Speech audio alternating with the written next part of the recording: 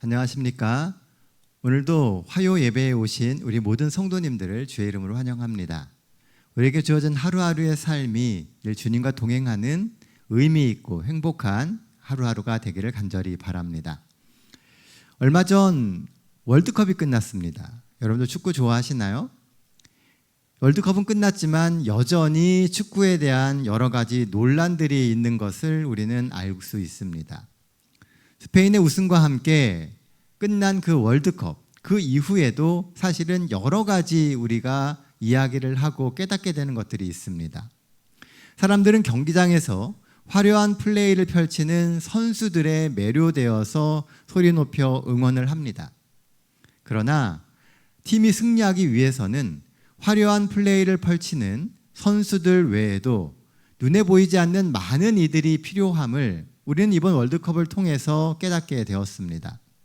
최근에 출간된 조직심리학 서적 히든 리더스에 보면 세계 최고의 스포츠 팀들이 승리하는 비결에는 연봉이 높은 스타 플레이어가 아니라 벤치 뒤에서 숨어서 선수들을 조력하는 무명의 조력자들이 있다라고 분석을 한 것을 볼 수 있었습니다. 선수들의 뭉친 근육을 풀어주기 위해서 밤새 마사지를 하는 의무 트레이너가 있고 또 선수들의 발에 꼭 맞는 축구화를 찾아주기 위해 분석하고 관리하는 장비 담당관도 있었습니다. 게다가 상대팀의 사소한 습관 하나하나를 포착해서 경기 전에 수천 시간의 영상을 통하여 선수들에게 알려주고 그리고 전술을 지시해주는 분석관들도 있었습니다. 또한 매일의 선수들의 영양을 책임지며 땀 흘리는 조리사들도 있었죠. 이 책의 저자는 말합니다. 세상은 스코어에 적힌 이름만 기억하지만 승리의 트로피를 들어올리는 힘은 카메라에 비추지 않는 벤치 뒤의 거인들에게서 나온다라고 이야기합니다. 오늘 우리의 영적 싸움은 사실은 우리 혼자만의 싸움이 아닙니다. 우리 뒤에서 치열하게 기도하고 또 영적 실천으로 후원하는 영적 조력자들과 함께하는 싸움이라는 것이죠. 우리가 영적 본질을 놓치지 않고 끊임없이 하나님과 교통하면, 그렇게 연결되면 절대 사단은 우리의 삶을 쉽게 뒤흔들지 못합니다. 오늘 우리가 서 있어야 할 영적 위치를 우리는 잘 지키고 있습니까?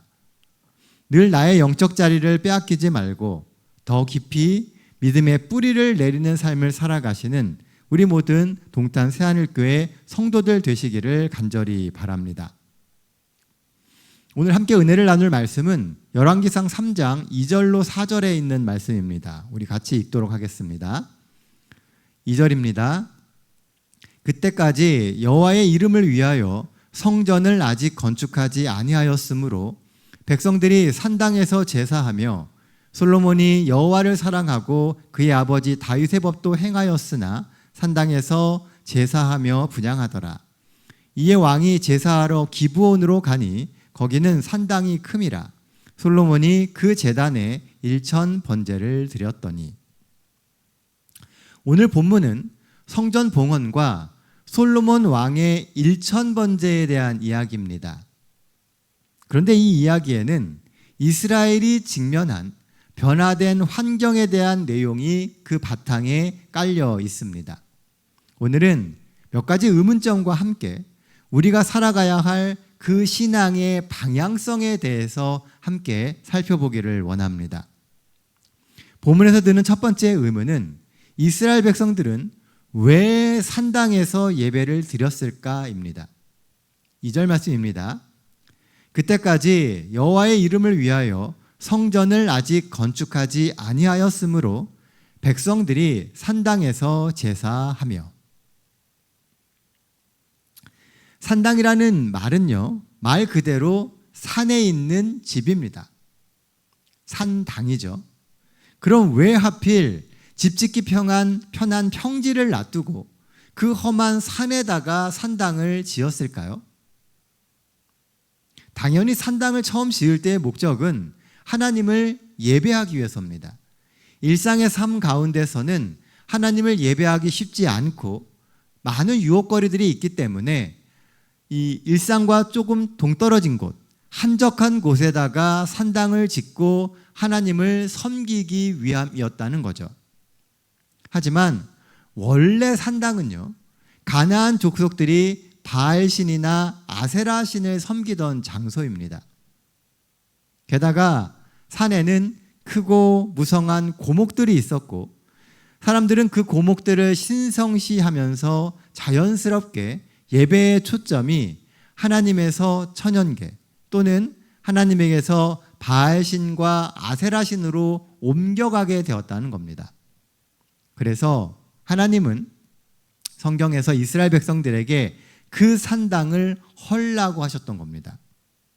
하나님을 예배하는 장소로서 산당이 존재했지만 그것은 또한 우상숭배의 장소가 되었기 때문에 그 산당을 헐라라고 이야기하셨던 거예요. 시간이 지나면서 산당은 높은 산 꼭대기뿐만 아니라 제사를 드릴 수 있는 장소면 어디든지 지어지기 시작했습니다. 그런 장소들을 모두 산당이라고 부르게 되었던 겁니다. 그래서 후기에는 이 산당이 산에만 있는 것이 아니라 동네에도 있고요, 가까운 냇가에도 있고 마을에도 있게 되게 된 것입니다.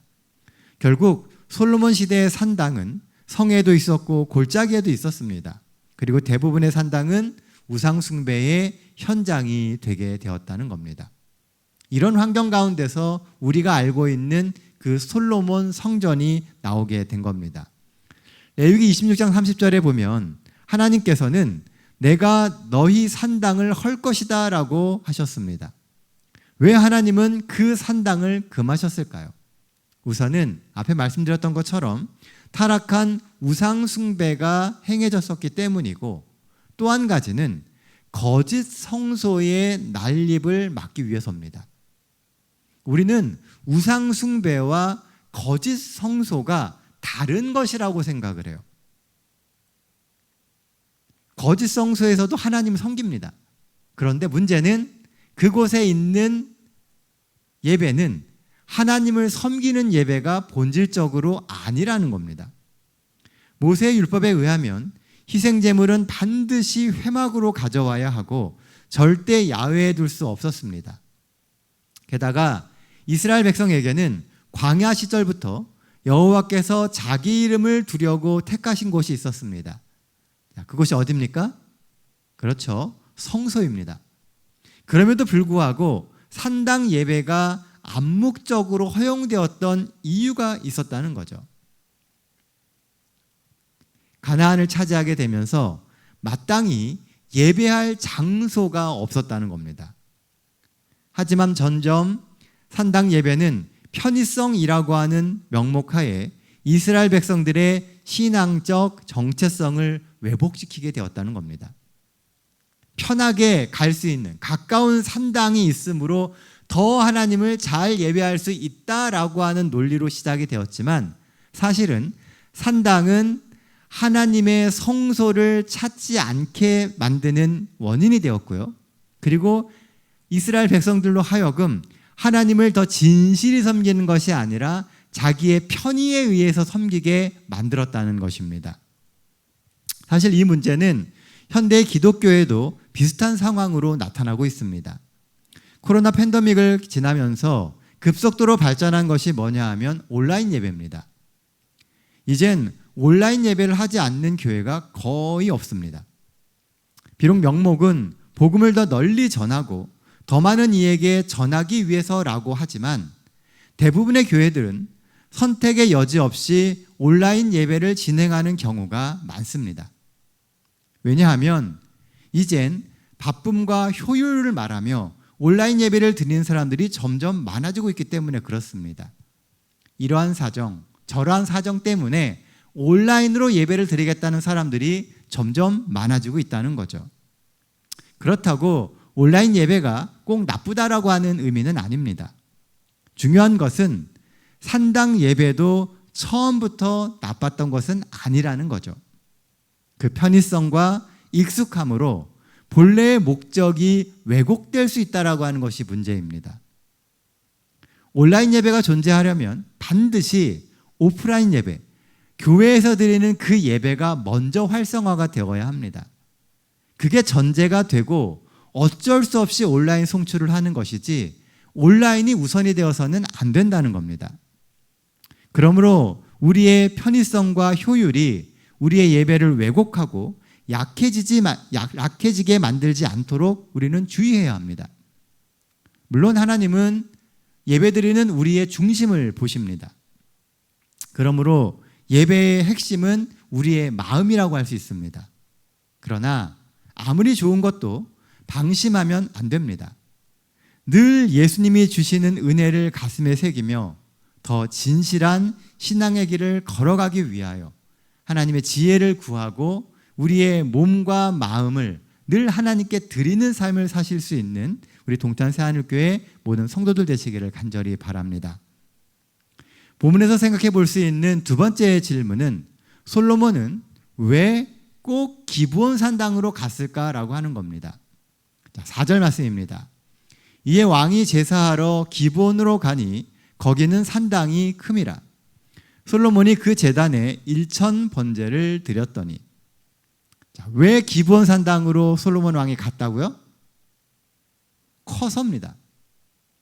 그럼 왜 기브온 산당은 다른 산당들보다 커졌을까요? 역대상 16장에 보면은 이런 설명이 나옵니다. 제사장 사독과 그의 형제 제사장들에게 기브온 산당에서 여호와의 성막 앞에 모시게 하여 항상 아침 저녁으로 번제단 위에 여호와께 번제를 드리되. 자, 기브온 산당에 지금 무엇이 있었습니까? 여호와의 성막이 있고 그리고 번제단이 기브온 산당에 있었다는 겁니다. 그 기브온 산당은 다른 말로 이야기하면 광야 시대의 그 성소가 그대로 모셔져 있던 곳이 기브온 산당이었다는 겁니다. 그래서 다윗 왕은 제사장 사독을 지목해서 이 기브온 산당에 가서 하나님을 섬기도록 했던 겁니다. 물론 예전처럼 성막이 다 쳐져 있고 그런 곳은 아니었을 겁니다. 그러나 광야 시절 하나님과 이스라엘 백성들을 연결해 주었던 그 성소의 기물들이 이 기브온 산당에 모셔져 있었다는 겁니다. 그런 의미에서 기브온 산당은 솔로몬 성전이 지어지기 전까지 공인된 하나님의 예배의 장소였던 겁니다. 그럼에도 불구하고 기브온 산당 역시 산당이었습니다. 그래서 다른 산당들처럼 근본적으로 갖고 있는 문제가 동일했습니다. 여전히 하나님 외에 다른 신들을 섬길 수 있는 위험 요소들이 있었다는 것이죠. 기브온이라고 하는 곳은요, 지도를 보시면 아시겠지만 예루살렘 북서쪽으로 약 10km 지점에 위치한 해발 722m가량의 이스라엘의 아주 중요한 성읍 중에 하나였습니다.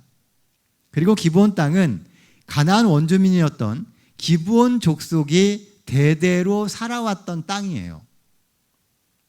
여러분들은 가나안 정복기에 기브온 족속이 여호수아를 속였던 것에 대한 사건을 알고 계십니까? 광야를 지나면서 승승장구하는 그 이스라엘 민족을 두려워해서 오래돼서 말라 비틀어진 떡과 오래된 포도주 부대를 이용해서 자신들은 멀리서 온 사람들이라고 속이면서 이스라엘 백성들과 구원의 언약을 맺었던 사람들이 바로 이 기브온 사람들이었습니다. 그러니까 거짓으로 자신들의 목숨을 구했던 사람들이라는 거죠. 결국 그들의 거짓말로 인해서 기브온 백성들은 평생 하나님의 집에서 하나님을 위하여 나무를 패고 물깃는 자가 되리라 라고 하는 선고를 받았던 족속들입니다. 기브온 백성은 그 첫 시작이, 등장하는 첫 시작이 거짓말로 시작된 족속들이었어요. 그렇게 기브온 사람들은 비록 속임수로 시작된 인연이었지만 느디빔 사람으로서 하나님의 언약을 지켰다라고 성경은 기록하고 있고요. 가장 낮은 곳에서 하나님의 성전을 섬기는 신실한 봉사자로 거듭났다고 성경은 명확하게 기록하고 있습니다. 심지어 이스라엘 백성들조차 하나님을 버리고 우상을 섬길 때 이 기브온 후손들은 바벨론 포로기 이후까지도 끝까지 하나님의 성전에 남아서 성전과 예배를 묵묵히 지켜낸 귀한 믿음의 본보기를 보여줍니다. 시작은 별로 안 좋았어요. 그러나 그들은 하나님과 맺은 그 약속을 끝까지 신실하게 지켰던 사람들이라는 겁니다. 그런 의미에서 볼 때 솔로몬 당시 기브온 산당은 그나마 가장 신실한 하나님의 예배가 드려졌던 곳으로 추측해 볼 수 있습니다. 우리 중에도 보면요, 종종 자신이 처한 환경이나 상황들 때문에 신앙에 주저하시는 분들을 볼 수 있습니다. 또 처음 신앙을 시작한 이유가 어떤 목적 때문일 수도 있습니다. 그러나 그것은 하나도 중요하지 않습니다. 중요한 것은 기브온 사람들의 경우를 통해서 생각해 보면 어떤 목적, 어떤 상황이든지 정말 중요한 것은 오늘 내가 하나님 앞에 신실한가입니다. 내가 오늘 하나님 앞에서 신실하게 살아가면 모든 상황과 환경은 충분히 하나님의 통제 아래 있을 수 있다는 겁니다. 하나님이 다 해결해 주실 수 있으세요.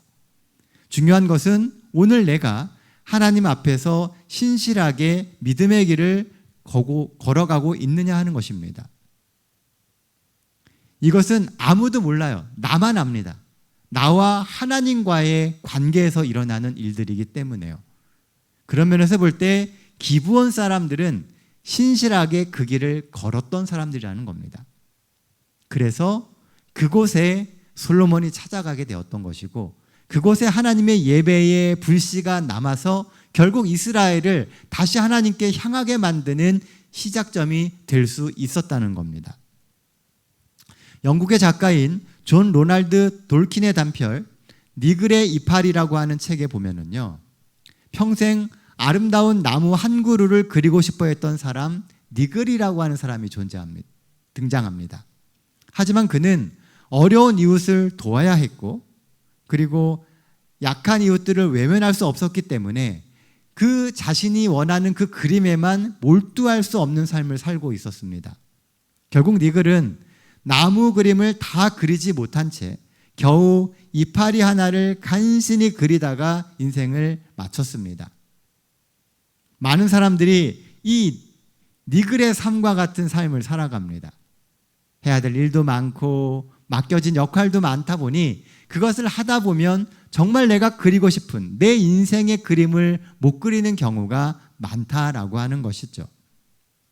마음으로는 큰 나무를 그리고 싶었는데 많은 이들이 녹록지 않은 현실 속에서 이파리 하나 그리기도 버거운 삶을 살아가고 있습니다. 하루하루 해야 될 일들이 쌓여 있고 가족도 돌봐야 하고 생활비도 벌어야 하며 겨우겨우 버티다가 은퇴를 하게 됩니다. 나의 일생은 도대체 무엇을 남긴 것일까? 라고 하는 의문과 후회가 남기도 합니다. 그렇게 열심히 고생하며 사는 것이 과연 의미 있는 삶이었을까? 하지만 오늘 본문을 보면요, 기브온 족속은 하루하루 수고로이 믿음의 길을 가는 것이 결코 헛되지 않고 그렇게 쌓여진 삶의 진심이 인생을 바꾸고 민족을 바꾸고 나라를 바꾼다라고 하는 것을 보여줍니다. 기브온은 어쩌면 정말 연약한 사람들이에요. 그리고 돌아보면 기브온만큼 그들이 일한 것에 대하여 보상을 받지 못한 사람들처럼 보이는 사람들이 없습니다. 그들은 늘 성소에서 험한 일을 하는 사람들이었어요. 근데 돌아보면 이 기브온 사람들은 늘 하나님 편에 섰던 사람들이라는 겁니다. 그리고 그 결과 믿음의 삶에서 벗어나지 않고 바벨론 포로기조차에도 하나님을 섬길 수 있는 그런 사람들로 살 수 있었다는 겁니다. 이 세상에서는 누군가의 값진 수고가 이름 없이 사라지는 것처럼 보일 수 있습니다. 자주 잊혀지고 숫자와 돈으로 모든 것이 환산되며 그 가치를 잃게 되는 경우가 너무나 많습니다.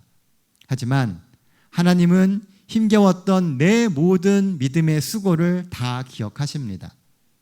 솔로몬의 1000번제는 바로 이런 헌신의 결과물 위에 쌓여진 감사의 제사라고 할 수 있습니다. 기브온 산당은 하나님을 예배하는 곳이었습니다. 오늘 우리 동탄 새하늘교회가 세상 가운데 하나님을 예배하는 감사와 헌신의 장소가 되길 간절히 바랍니다. 그러려면 교회를 구성하는 우리 모든 성도들 하나하나가 하나님 앞에 신실한 하나님의 사람으로 거듭나야 합니다. 우리의 믿음의 자리를 지키고 늘 신실하게 우리의 역할을 감당하다 보면 이곳에 하나님이 주시는 놀라운 은혜가 넘치게 될 것이고, 우리가 지켜낸 그 믿음의 영향력으로 우리의 다음 세대도 하나님을 진실하게 섬기는 자녀들로 살아가게 될 것입니다. 그래서 과거의 실패와 우리의 연약함은 잊어버리고 이제는 오직 하나님의 영광을 위하여 살아가는 우리 모든 동탄 새하늘교회가 되기를 간절히 바랍니다. 이제 말씀 정리하도록 하겠습니다. 본문에 주는 첫 번째 기별은 효율성이 신앙의 왜곡을 정당화시킬 수 없다는 사실입니다. 세상이 변하고 환경이 달라지면 방법은 바뀔 수 있습니다. 그러나 그 본질과 본래의 목적이 달라져서는 안 됩니다. 우리는 이 방법과 원칙을 혼돈해서는 안 돼요. 방법이 달라졌다고 원칙이 달라지진 않습니다. 이스라엘 백성들에게 있어서 산당이 처음부터 우상 숭배의 장소는 아니었습니다. 그러나 훗날 산당은 이스라엘의 정체성을 뒤흔든 우상 숭배의 원천이 되었습니다. 그리고 그런 타락은 결국 이스라엘 백성들을 존폐의 위기로 몰아넣었습니다. 한 걸음 한 걸음 양보하고 편의에 의해서 바꿔가고 그러면서 본질을 놓쳐버린 것이죠. 본질을 잃어버리면 그 어떤 화려함도 결국은 망하는 길로 가게 됩니다.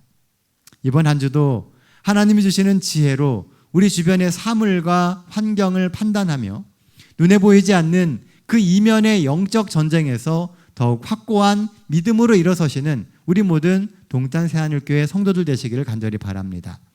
본문이 주는 두 번째 기별은 꾸준한 믿음이 미래를 바꾼다는 겁니다.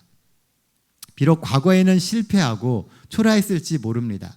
그러나 믿음으로 하나님께 나아가고 신실하게 믿음의 자리를 지키다 보면 어느 순간 하나님이 나를 통해 만들어 가시는 놀라운 이적의 중심에 내가 서 있음을 알게 될 겁니다. 언제나 우리에게 신실하신 하나님을 믿으십시오. 하나님은 늘 신실하세요. 하나님은 성실한 성도를 결코 잊지 않으십니다. 기본산당이 가장 크고 신실한 하나님의 예배의 장소가 되었듯이 오늘 우리의 삶이 가장 확실한 하나님의 예배의 장소가 되기를 간절히 바랍니다. 하나님은 이 한 주도 우리의 삶 가운데 역사하십니다. 머지않아 이 세상은 다시 오실 예수 그리스도의 재림으로 성결하게 될 겁니다. 그날을 고대하며 매 순간 더 성실하게 믿음의 길을 가시는 우리 모든 동탄 새하늘교회 성도들 되시길 바랍니다. 세상은 혼란스러워질 거예요. 앞으로 더 혼란스러워질 겁니다. 앞으로 선과 악은 더 구분하기 어려울 겁니다. 그러한 때에 오직 하나님의 말씀을 문자 그대로 믿으며 우리의 신앙의 근본을 하나님을 섬기고 예배를 드리고 안식일을 지키며 믿는 자로서 서 있을 곳에 서 있게 되는 그런 삶을 살아가게 되시길 바랍니다. 그래서 마지막 시대에 주께서 우리에게 맡기신 그 사명을 잘 감당할 수 있는 우리 모든 성도들 되시기를 간절히 바라며 오늘 말씀 마치도록 하겠습니다. 기도하겠습니다. 은혜로우신 아버지 하나님, 늘 저희를 사랑하여 주시고 저희들의 삶의 중심에서 저희들의 인생을 이끌어 주심 인하여 감사드립니다. 하나님, 우리의 삶 속에는 믿음대로 하고자 하는 마음은 있지만 많은 순간 여러 가지 유혹과 잘못된 판단으로 하나님을 섬기는 것 같으면서도 아닌 삶을 사는 경우가 많습니다. 하나님, 매 순간 우리에게 지혜를 주시고 하나님이 원하시는 삶이 무엇일까 고민하는 인생 되게 하여 주시고 온전히 말씀을 순종하며 살아가는 믿음의 성도들 되게 하여 주시옵소서. 그래서 세상의 여러 가지 욕심보다 온전히 하나님과 동행하는 삶에 더 가치를 두고 주님의 성전의 문지기가 되는 것이 세상에서 더 유명해지고 부유한 사람이 되는 것보다 가치 있음을 깨달을 수 있는 저희 모두가 되게 하여 주시옵소서. 삶의 매 순간마다 동행해 주시고 이 한 주도 하나님과 함께하는 아름다운 기쁨의 시간들로 채워주시옵기를 우리 구주 되시는 예수 그리스도의 귀하신 이름으로 기도드립니다. 아멘.